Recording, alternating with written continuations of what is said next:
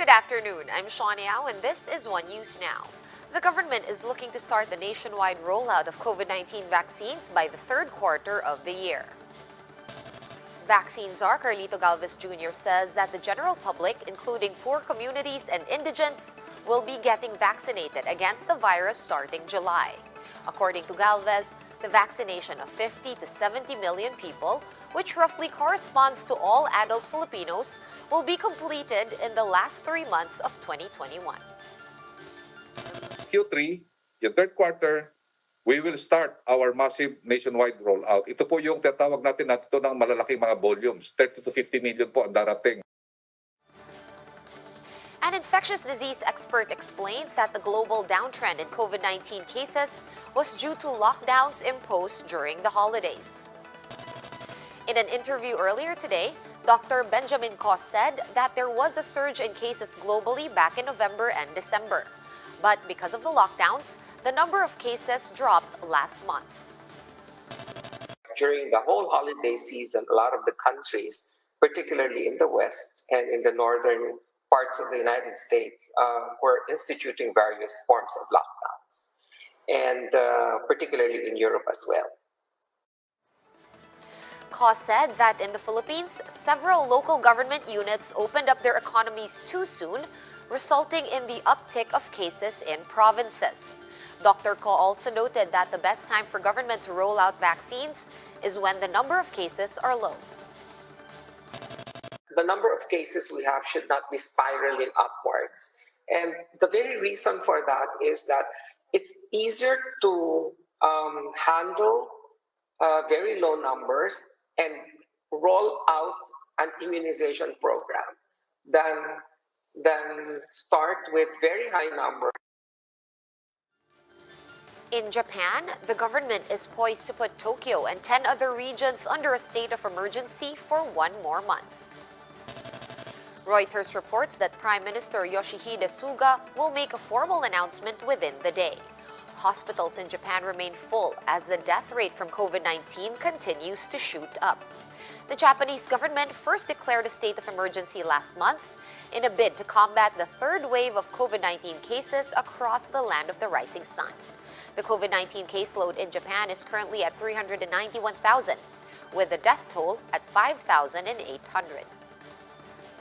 We're going to pause for a quick break, but we will be back with more stories after that. Stay with us.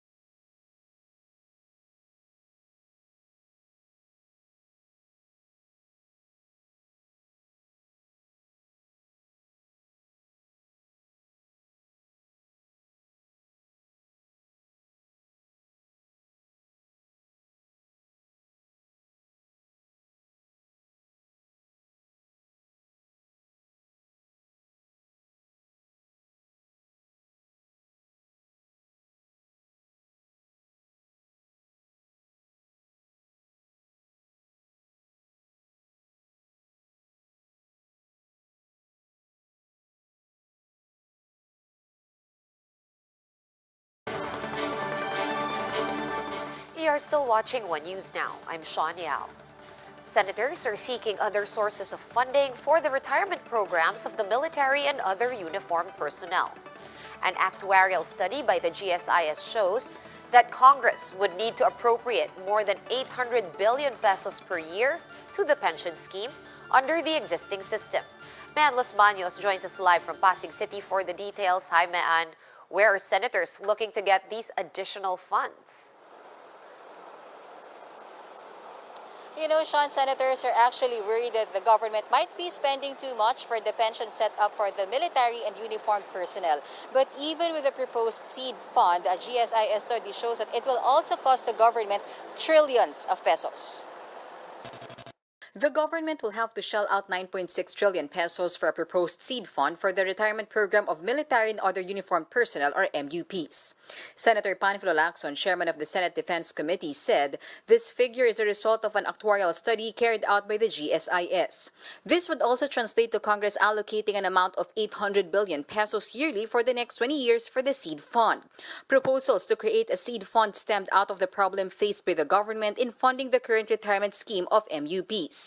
With more MUPs from AFP, PNP, BFP, PCG, BJMP, and NAMRIA retiring every year, pension funding jumped to 120 billion pesos this year from 80 billion last year. This figure is also expected to balloon in the coming years. Talagang overwhelming. But, you know, we really have to confront this. As Senator Drilon would often remark, as of now, we don't know how to resolve this issue. In fact, yun nga, different scenarios as presented. Parang masira ang ulo natin lahat dito how to resolve this issue. Senate Minority Leader Franklin Drilon asked the GSIS to come up with the most feasible solution to iron out the issues on the pension program. The agency has suggested that the government can save a couple of billions if the MUP services will be able to sell their assets. For now, there is a total of 4.98 billion peso worth of assets that could be sold from the combined submissions of PNP, BJMP, and PCG. Other MUP services like the Bureau of Fire and NAMRIA, however, have not been able to submit their list of assets until now. Once we know what is the initial funding requirement and we know what is the initial available assets that can be used for this initial funding requirement, then we will know how much we have to provide in the national budget over a period of time, given what is recommended to us to be a realistic assumption. For his part, Lacson asked if it's possible to lessen the current pension being received by the retired MUPs. Defense Secretary Delfin Lorenzana meanwhile asked if the armed forces could come up with its own retirement scheme. AFP's military and the others civilian agencies, we do our duties 24 hours a day. We also assign to any areas, and if there is mission abroad of there is a war or whatever, the EP will be there. Sean, the senators, along with the other concerned agencies, are also studying the idea of just collecting contributions from active members, that is to fill up the seed fund and relieve the government from coughing up too much money. Sean? Right, thank you for that update, Mean. That was Mean Los Baños of News 5 reporting to us live from Pasig. And the House Transportation Committee is urging the government to suspend the mandatory use of child car seats in private vehicles. In an interview with One News's Agenda, Committee Chairman Edgar Sarmiento said they have asked the Transportation Department and the Land Transportation Office to defer the implementation of the law.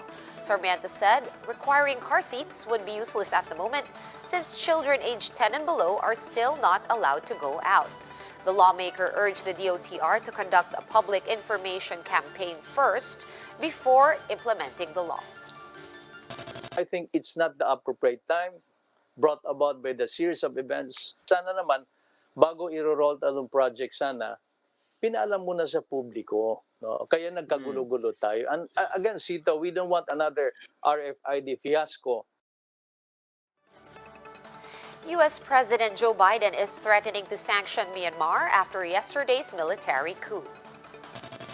Biden condemned the takeover and the subsequent detention of elected leader Aung San Suu Kyi and other key officials. The U.S. president calls this an assault on Myanmar's transition to democracy and rule of law. The military of Myanmar has imposed a state of emergency for 1 year and announced a major cabinet reshuffle. The coup stemmed from the military's refusal to accept Suu Kyi's landslide win in the November polls, citing alleged election fraud. For more updates, visit News 5, The Philippine Star, and Business World online. Visit our website, onenews.ph, for more in-depth analysis. You can also catch One News on the Signal Play app. Register for a free account at www.signalplay.com and stream One News live anytime, anywhere. I'm Sean Yao. We are One News.